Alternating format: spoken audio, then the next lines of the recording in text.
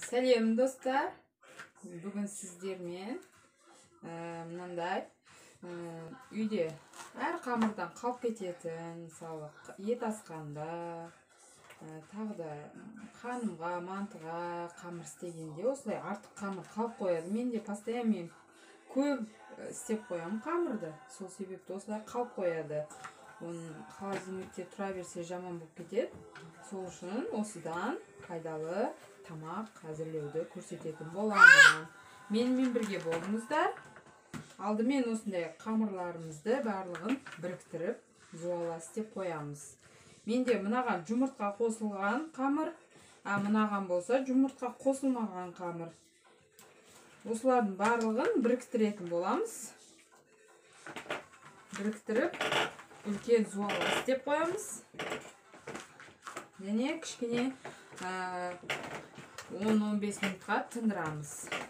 Әйтпесе мына әзір андашылмай қалады, соған сәл жұмсарғанша 10-15 минут тындырып қоямыз.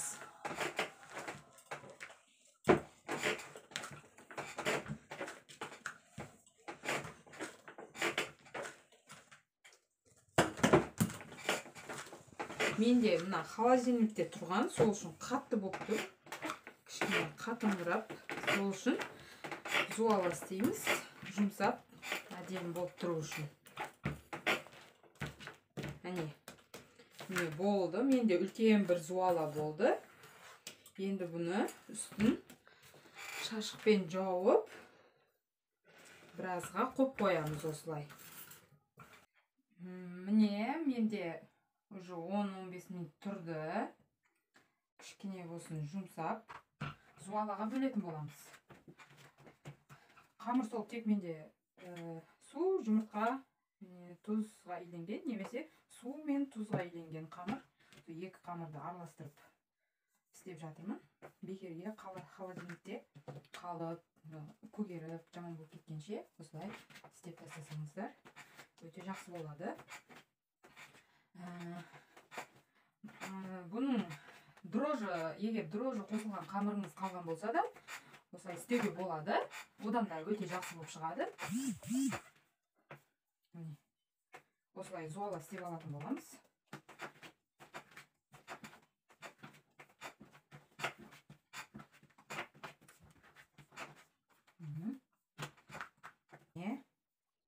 Менде 3 жуала болып шықты. Қатты болып тұр қазірше. Енді бұны тағы да бетін жауып 10-15 минутқа қойып қоятын боламыз. Тынып, жаюға удобно болу үшін осылай 10-15 минут тағы тындыратын боламыз. Енді қамырымызды жаюға кірісеміз. Біреуін аламыз, қалғандарын мұнда қойып тұрамыз. Менде оқтау. Кішкене ұн сеуіп істейтін боламыз. Осылай жұқалау етіп жайып алатын боламыз.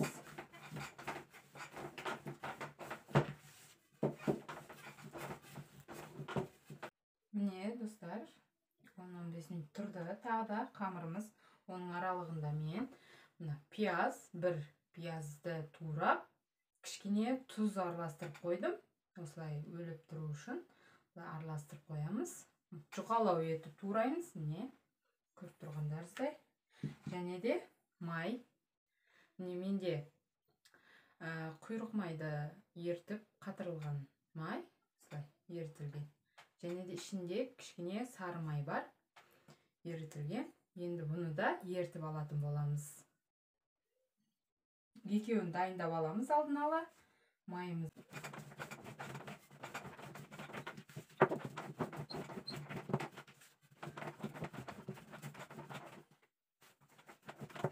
Мен жайып болдым. Осылай болды. Жұқада емес, қалында емес. Орташа қамыр болды. Енді осыған ерітілген маргарин немесе май, сондайларды жағатын боламыз. Осылай қолымыз көмегімен Осылай жауып шығамыз.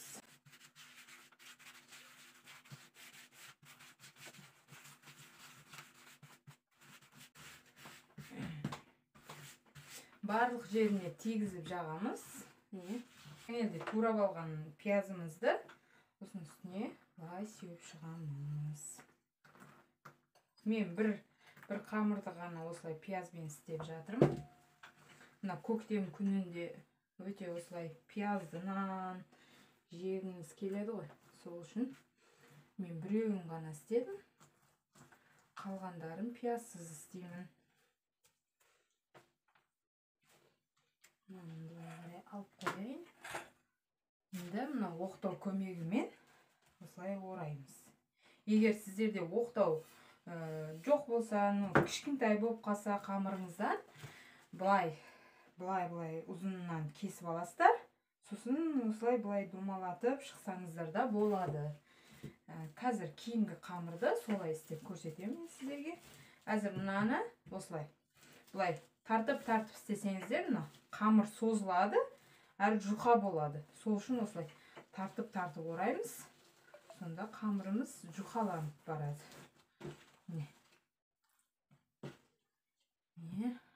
Осылай қатты осылай үстін бас жереміз.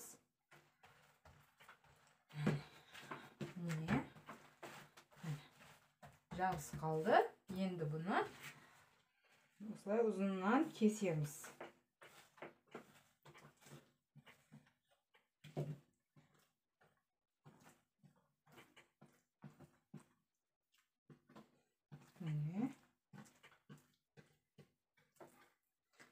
Ұзыннан кесіп, тағы да бұны екіге бөлеміз. Екі рет былай кесеміз да арасын. Сонда бізде үшеу болып шығады.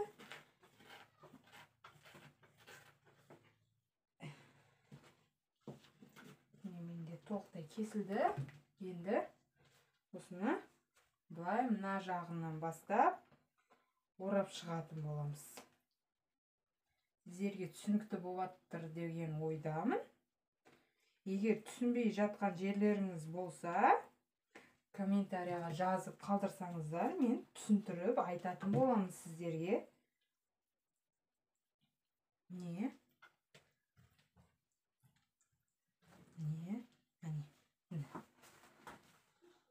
Осылай болып шықты. Сосын мына артқан қамырды мына жағына былай істеп жереміз. Сосын былай басамыз.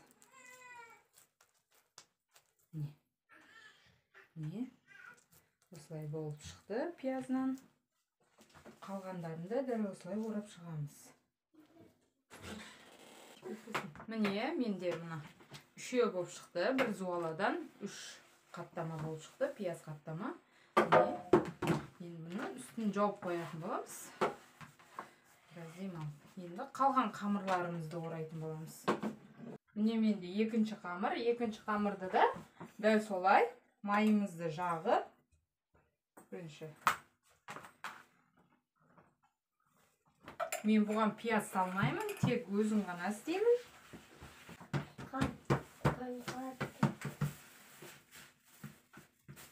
Міне, осылай.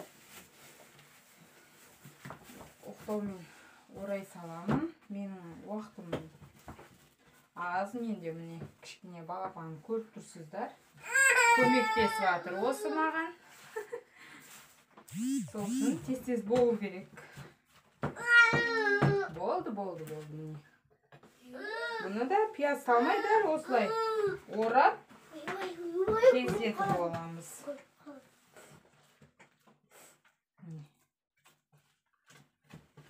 Ей, тартпа маған. Енді мама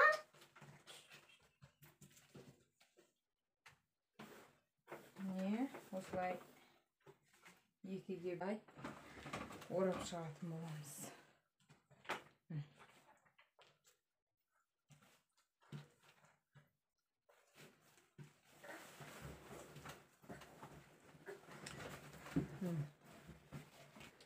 Дәл солай барлығын орап, әдемілеп üstін жауып қоятын боламыз. Кішкене достар, қамырымыз 5-10 минут тұрды, тағы да тынып. Енді мұны оқтау көмегімен жаятын боламыз. Менде мынау ішінде пиязы бар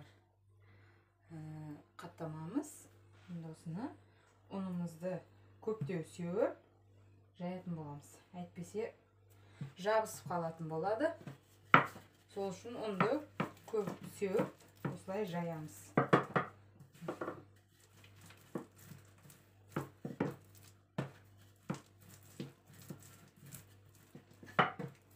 Алдын ала барлығын жайып тастаймыз.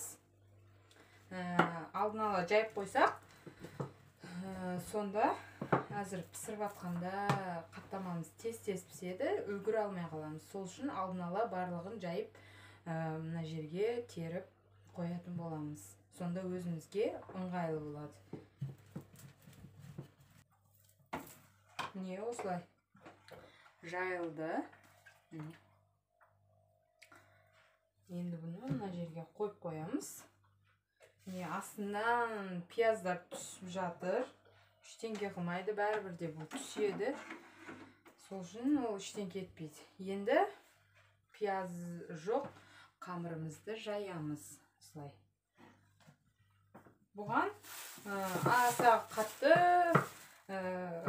ұн сеппейміз. Азғантай ғана сепсек жеткілікті. Бұл қатты жабыспайды. Міне жайылды, міне. Көріп тұрғандарыңыздай. Аса қалың да емес, жұқа да емес. Осылай қамыр болып шықты, міне. Міне, мен жайып қойдым. Менде 3 суаладан 9 андай болып шықты. Қаттама болып. 3-і пиязды, 6-ы пиязсыз. Осылай пияздыға мынаны жақындатпаймыз, әйтпесе жабысып қалады. Пияздың суы шығады, жабысып қалады. Сол үшін осылай бөлек қойып қойдым. Міне мен газымызге қазанымыз қойып қойдым. Міне қызып жатыр уже. Енді қызып тұрған қазанымызға майымызды құямыз. Май көп емес, бір 4 ас қасықтай жеткілікті. 4 ас қасықтай жеткілікті. Соны құямыз да. Енді пиязды қаттамамыз саламыз. Майны бұлай істеп, көріп тұрғанда сосын бұлай айналтырамыз. Май кішкене ғана айналтырып, осылай пісіріп алатын боламыз.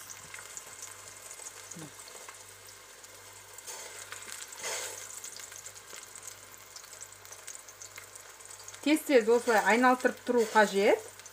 Әйтпесе бір жер күйіп, бір жері піспей солай болып қалады. Сол үшін осылай тез-тез айналтырып тұрамыз.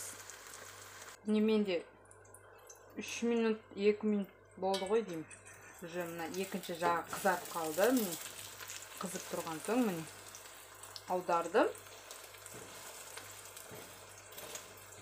Осылай айналтырып отырып пісіретін боламыз.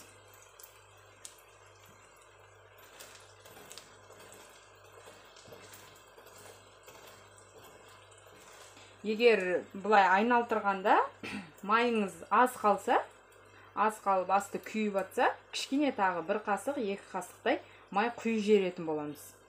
Сонда әдемі болып піседі. Бірақ көп май құюдың қажеті жоқ.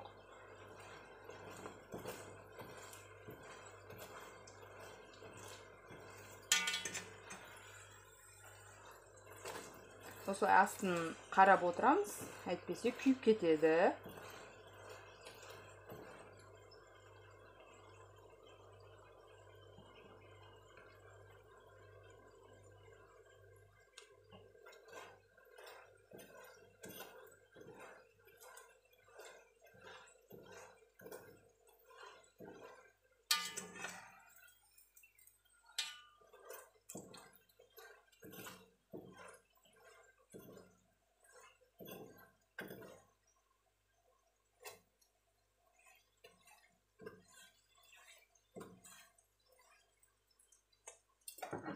Мына легеніміздің ішіне мен газет салып қойдым. Себебі кішкене майын тартып тұрады, және де суланып кетпейді асты. Сол үшін осындай газет салып қоямын.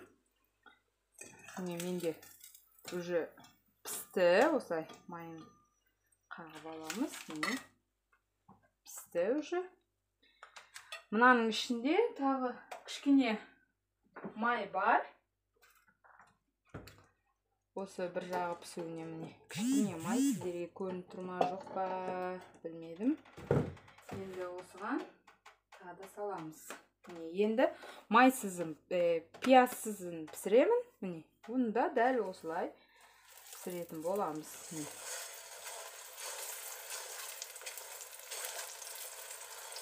Осылай тез-тез айналдырып отырып пісіру қажет. Әйтпесе күйіп кетеді. Осылай әр қаттама салғанда 2-3 ас қасықтан май құйып отырамыз. Мен бірінші май құйғанымда көп құйып жіберіппін. Көз мөлшерімен құйғам ғой. Сонда да көбейіп кетіпті. Екеуіне, екінші қамырға май құйған жоқпын. Енді бұлай аударған кезде мен бір қасық, 2 қасықтай май құйып жіберемін. Себебі майы аз қалады. Сосын күйіп кетеді. Сол үшін 1-2 қасықтан май құйып отырамыз әр пісірген қаттамаға. Міне менде екінші бір жағы пісті. Бұлай аударамын. Енді үстіне бір ас қасықтай май құямын.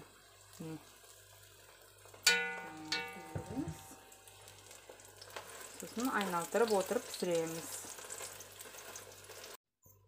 Не пісті менде екінші пиязсыз қаттамам.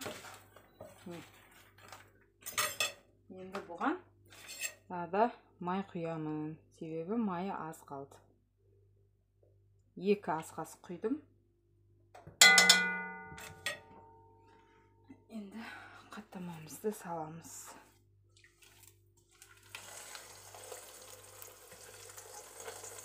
Осы бағытта барлық қаттамаларымызды пісіріп алатын боламыз. Сіздерге түсінікті болатыр деген ойдамын. Егер түсінбеген жерлеріңіз болса, комментарияға жазып қалдырып кетіңіздер. Барлығын түсіндіретін боламын. Міне, достар, менің қаттамам дайын болды. Өте керемет, дәмді болып шығады. Сіздерге пайдалы болды деген ойдамын. Өте қытырлақ, қатпарлы болып шығады. Артқан қамырларыңызды бекерге тастап көгерткенше осылай әдемілеп жасап берсеңіздер, балаларыңызға да, енелеріңізге де ұнайды деген ойдамын. Айнықса жас келіндер көп мөлшермен білмейміз ғой. Артығымен салып қоямыз. Қамыр көбейіп кетеді. Сол қамырды енеңізге осылай қаттама жасап берсеңіз өте қуанып қалады. Міне, өте дәмді болып шығады. Міне. Ораза ұстаған жандарға оразаларыңыз қабыл болсын деймін. Барлығымызға ас болсын. Сіздер де жасап көріңіздер. Ұнайды деген ойдамын.